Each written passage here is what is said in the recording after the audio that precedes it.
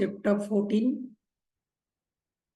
Semiconductor પહેલો MCQ લઈએ. આગળના લેક્ચરની અંદર પ્રસ્તાવનામાંથી અર્ધવાહક, અવાહક અને ધાતુઓ માટે કન્ડક્ટિવિટી એન્ડ રેઝિસ્ટિવિટી જોયેલી. હવે આપણે ટોપિક વાઇઝ એમસીક્યુ જોઈએ. તો પેલા સુવાહકો, અવાહકો અને અર્ધવાહકો એના માટે. તો પેલો એમસીક્યુ, તો અર્ધવાહકમાં ગતિમાન વિદ્યુત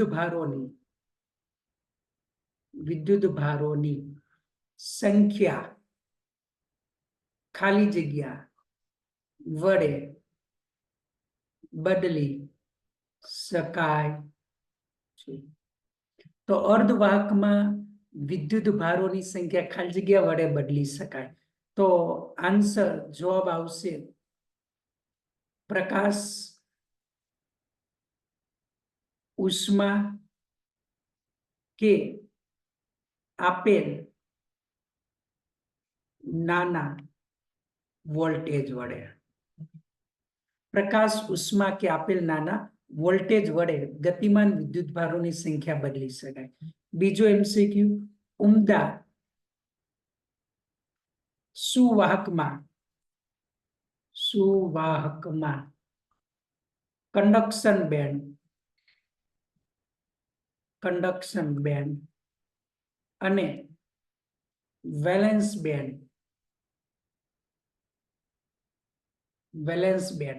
વચ્ચે ઉર્જા ગેપ ખાલી જગ્યા હોય છે. તો ઉમદા સુવાહકમાં એટલે કંડક્ટરની અંદર તો કન્ડક્શન બેન્ડ અને વેલેન્સ બેન્ડ વચ્ચે કોઈ ઉર્જા ગેપ નથી હોતો, એટલે ઈજી બરાબર 0 લખી શકાય. Conduction brand and valence band આ રીતના એકબીજામાં ભળી ગયેલા હોય અથવા તો એકબીજા ઉપર આવેલા હોય તો હું કન્ડક્શન બેન્ડ લઈશ ઈસી અને હું વેલેન્સ બેન્ડ લઈશ ઈવી. તો કોઈ એનર્જી બેન્ડ ગેપ આપણને જોવા નહીં મળે, તો આ ઈવી થશે. તો એનર્જી બેન્ડ ગેપ કોઈ જોવા નથી મળતો, એટલે ઈજી બરાબર 0. ત્રીજો એમસીક્યુ,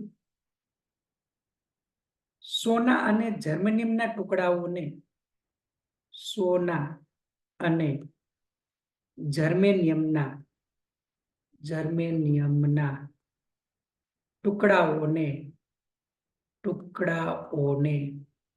રૂમના તાપમાનથી 90 કેલ્વિન સુધી ઠંડા કરવામાં આવે તો નીચેનામાંથી કયું વિધાન સાચું છે? તો સોનું અને જર્મેનિયમ, સોનું એ ધાતુ છે, જર્મેનિયમ અર્ધાતુ છે. તો તમને ખબર તાપમાન ઘટાડવામાં, ઓરડાનું તાપમાન છે અત્યારે આપણે લઈએ 300 કેલ્વિન, તો તાપમાન ઘટ્યું છે તો સુવાહક છે. તો અહીંયા લખી શકાય સોનાનો અવરોધ ઘટશે જ્યારે જર્મેનિયમ નો અવરોધ વધશે. આપણે યાદ રાખવાનું, કારણ કે સોનું એ મેટલ છે તો તાપમાન ઘટાડીએ તો ધાતુનો અવરોધ ઘટે, જ્યારે અર્ધ ધાતુનો અવરોધ છે એ વધશે. નેક્સ્ટ, ચોથો એમસીક્યુ, અવાહકમાં વેલેન્સ બેન્ડ અને કન્ડક્શન બેન્ડ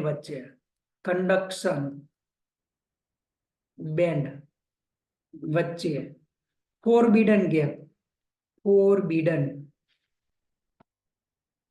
ગેપ નીચેનામાંથી એટલે કયા ક્રમનો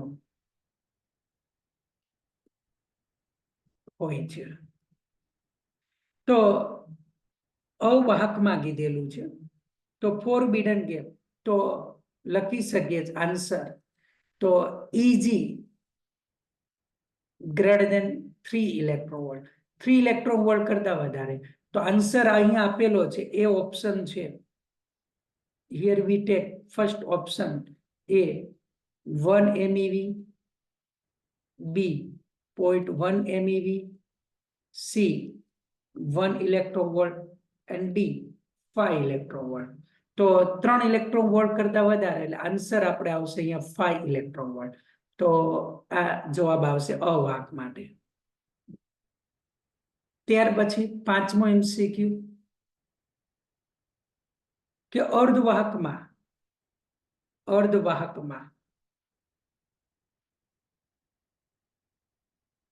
વેલેન્સ બેન્ડ અને કંડક્શન બેન્ડ વચ્ચેનો ફોરબિડન ગેપ કયા ક્રમનો છે? તો અર્ધવાહક કીધું, ઉપર હતું અવાહક. તો લેસ દેન 3 ઇલેક્ટ્રોન વોલ્ટ. તો forbidden gap Eg less than 3 electron volt. તો અહીંયા ઓપ્શન આપેલા છે 1 MeV, B 0.1 MeV, C 1 electron volt and D 5 electron volt. તો અહીંયા આન્સર આવશે C 1 electron volt. તો અવાહક માટે લીધું, અર્ધવાહક માટે લીધું. યાદ રાખવાનું છે MCQ માટે. 6ઠો MCQ અર્ધવાહકમાં ફોરબિડન એનર્જી ગેપ કેટલો હોય છે? તો હજી હમણાં જ લીધું, આન્સર આવશે અર્ધવાહક છે તો Eg less than 3 electron volt. તો આપણે યાદ રાખીએ Eg less than 3 electron volt. ત્યાર પછી 7th ડાયમંડ માટે ફોરબિડન એનર્જી ગેપ ખાલી જગ્યા હોય છે. તો ડાયમંડ એ અર્ધવાહક છે, અવાહક. ડાયમંડ અવાહક. તો એનો એનર્જી બેન્ડ ગેપ છે Eg greater than 3 electron volt. તો આ આપણે યાદ રાખવાનું છે. ડાયમંડ અવાહક છે એટલે Eg greater than 3 electron volt. Next 8 text book ની અંદર છે આ રીતના, એટલે આ યાદ રાખશું. નેક્સ્ટ કે વાહક, અર્ધવાહક અને અવાહક પદાર્થોની બેન્ડ ગેપ અનુક્રમે Eg1, Eg2 અને Eg3 છે. આ ત્રણેય બેન્ડ ગેપ વચ્ચેનો સંબંધ ખાલી જગ્યા. તો વાહક છે તો આન્સર લેશું. વાહકનો એનર્જી બેન્ડ ગેપ સૌથી ઓછો એટલે Eg1 લેસ દેન, પછી અર્ધવાહક આવશે Eg2 લેસ દેન Eg3. આપણે યાદ રાખવાનું. ઓકે. ત્યાર પછી ટેક્સ્ટ બુકમાં પણ એક્સરસાઇઝમાં આપેલો છે આ રીતના. 9મો MCQ શુદ્ધ અર્ધવાહકો માટે લઈએ. ઓરડાના તાપમાને અંતર્ગત અર્ધવાહકમાં રહેલા મુક્ત ઇલેક્ટ્રોન અને હોલની સંખ્યા ઘનતા અનુક્રમે એની અને NH છે તો ખાલી જગ્યા.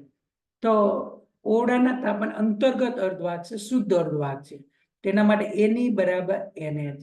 તો હોલ અને ઇલેક્ટ્રોનની સંખ્યા બંને કેવી આવશે? શુદ્ધ અર્ધવાહક અંતર્ગત અર્ધવાહક માટે સમાન આવશે. ત્યાર પછી જર્મેનિયમ અર્ધવાહક ની વાહકતા ક્યારે ઘટે? જર્મેનિયમની જગ્યાએ સિલિકોન પણ લઈ શકે. તો અર્ધવાહકની વાહકતા ક્યારે ઘટે છે? તો તાપમાન સાથે વધે છે અને તાપમાન સાથે ઘટે. તો આન્સર આવશે અર્ધવાહક છે તો તાપમાનમાં ઘટાડો કરતા, ઓકે, તાપમાનમાં ઘટાડો કરવામાં આવે તો જર્મેનિયમ ની વાહકતા ઘટે છે. 11મો MCQ, જ્યારે અર્ધવાહકમાં વિદ્યુત વાહકતા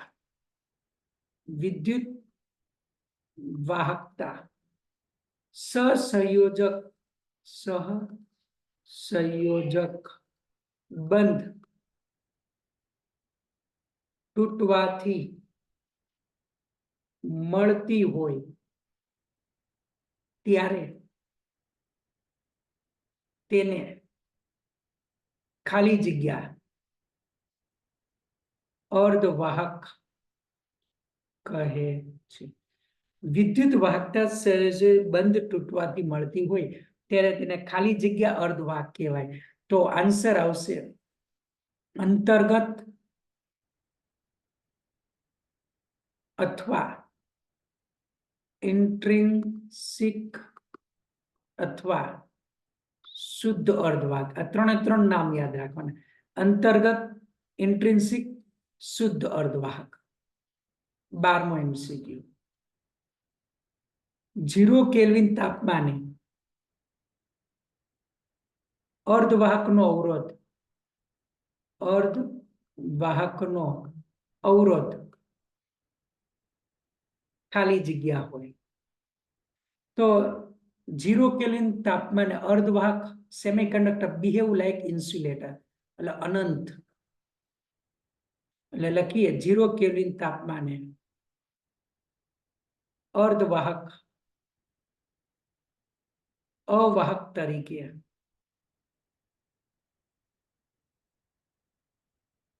વર્તે છે. 0 કેલ્વિન તાપમાને અર્ધવાહક અવાહક તરીકે વર્તે છે. 13મું, નિરપેક્ષ શૂન્ય તાપમાને સિલિકોન અર્ધવાહક સ્ફટિક માટેના એનર્જી બેન્ડ ડાયાગ્રામમાં નિરપેક્ષ શૂન્ય તાપમાને સિલિકોન અર્ધવાહક સ્ફટિક માટેના એનર્જી બેન્ડ ડાયાગ્રામમાં. તો એનર્જી બેન્ડ ડાયાગ્રામ 0 કેલ્વિન તાપમાન હું અહીંયા ડ્રો કરું તો વેલેન્સ બેન્ડ સંપૂર્ણ ભરાયેલો હશે. આ વેલેન્સ બેન્ડ લઉં છું અને કન્ડક્શન બેન્ડ સંપૂર્ણ ખાલી હશે. તો અહીંયા આ કન્ડક્શન બેન્ડ લઉં છું EC અને આ વેલેન્સ બેન્ડ લઉં છું EV. તો સંપૂર્ણ ભરાયેલો છે આ, એટલે હું અહીંયા ઇલેક્ટ્રોન દર્શાવી દઉં છું. આ સંપૂર્ણ ખાલી એટલે હું અહીંયા હોલ દર્શાવું છું. તો જવાબ લખી શકો છો કે વેલેન્સ બેન્ડ સંપૂર્ણ ભરાયેલો હોય, કન્ડક્શન બેન્ડ સંપૂર્ણ ખાલી હોય. તો એ જવાબ લખી શકાય કન્ડક્શન બેન્ડ સંપૂર્ણ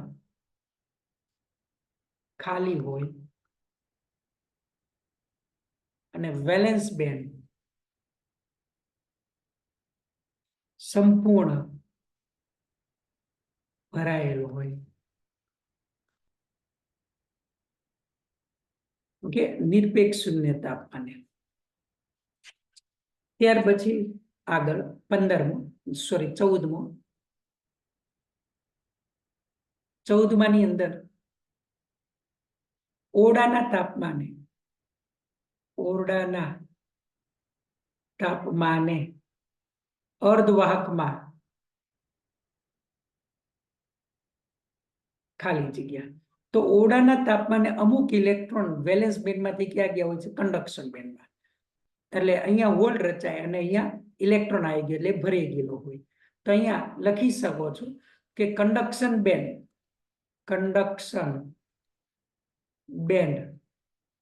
અંશતઃ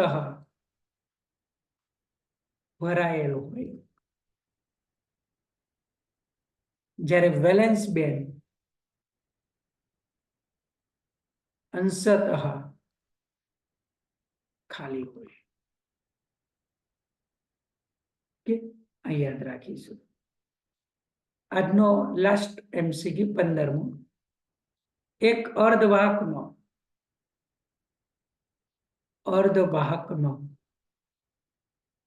ટુકડો એક વિદ્યુત પરિપથમાં શ્રેણીમાં જોડેલ